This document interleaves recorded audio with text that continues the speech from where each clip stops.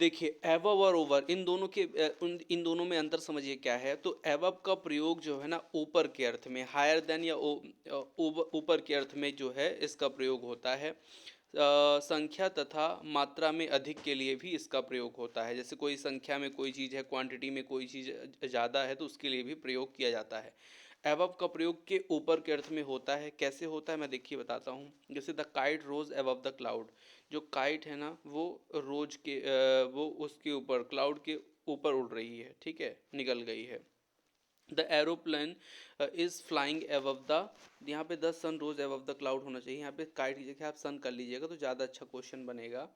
The aeroplane is flying above the cloud. अब देखिए cloud के ऊपर जो है कौन फ्लाइंग कर रहा है, एरोप्लेन। तो जैसे ये आपका बादल हो गया ना, ठीक है, क्लाउड हो तो इसके ऊपर जो है यहाँ पे एरोप्लेन उड़ रहा है, ठीक है। तो ये चीज़ मैं आपको बता रहा हूँ कि बिना छुए अगर कोई चीज़ ऊपर है ना तो उस अर्थ में जो है अबव का प्रयोग किया जाता है। और ऐसा भी किया जाता है, जैसे मान लीजिए there are 50 student in the class, ठीक है, there are above 50 student in the class, तो 50 लोगों के ऊपर, मतलब लगभग ज़्यादा के अर्थ में भी जो है अबव का यूज होता है। Her expenses are above her means, मतलब उसका जो खर्च है ना उसके कमाई से ज़्यादा है, ठीक है। तो के ज़्यादा के अर्थ में भी जो है किसका प्रयोग होता है, अबव का प्रयोग होता है।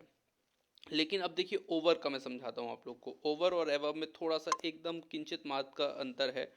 ओवर का जो प्रयोग है ना के ऊपर के अर्थ में होता है, लेकिन स्पर्श करते हुए होना चाहिए, ठीक है, के अर्थ में होता है। और ओवर का प्रयोग एक छोर से दूसरे छोर या आर पार के अर्थ में भी होता है। आर पार के अर्थ में होता है, इस पार से उस पार के अर्थ में भी होता है, और एक छोर से उस छोर के अर्थ में भी होता है। कैसे देखिए, जैसे लिखा है please up up please spread the cloth over the table, पूरा कपड़ा फैला दो, कहाँ, पूरे टेबल के ऊपर।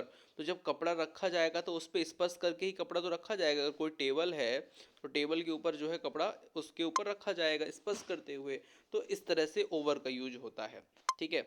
अगर यहाँ पे आप एबव लगा देंगे तो गलत हो जाएगा, एबव द टेबल। तो टेबल जैसे है उसके ऊपर आप कपड़ा बिछाएं, वो उसके बीच में जगह खाली हो, मतलब जब टच ना हो, तो ऐसा संभव ही नहीं है।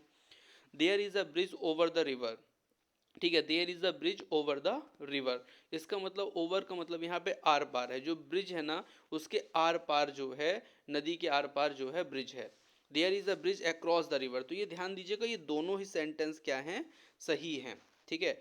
ओवर द रिवर भी होता है, अक्रॉस द रिवर भी होता है, लेकिन अगर आप उसमें एबव द रिवर लगा दें तो वो सेंटेंस फिर क्या हो जाएगा, गलत हो जाएगा। There is a bridge above the river नहीं, क्योंकि एबव का मतलब होता है टच नहीं होना चाहिए, हवा में ऊपर ही ऊपर होना चाहिए, तो ऐसा तो है नहीं, ठीक है।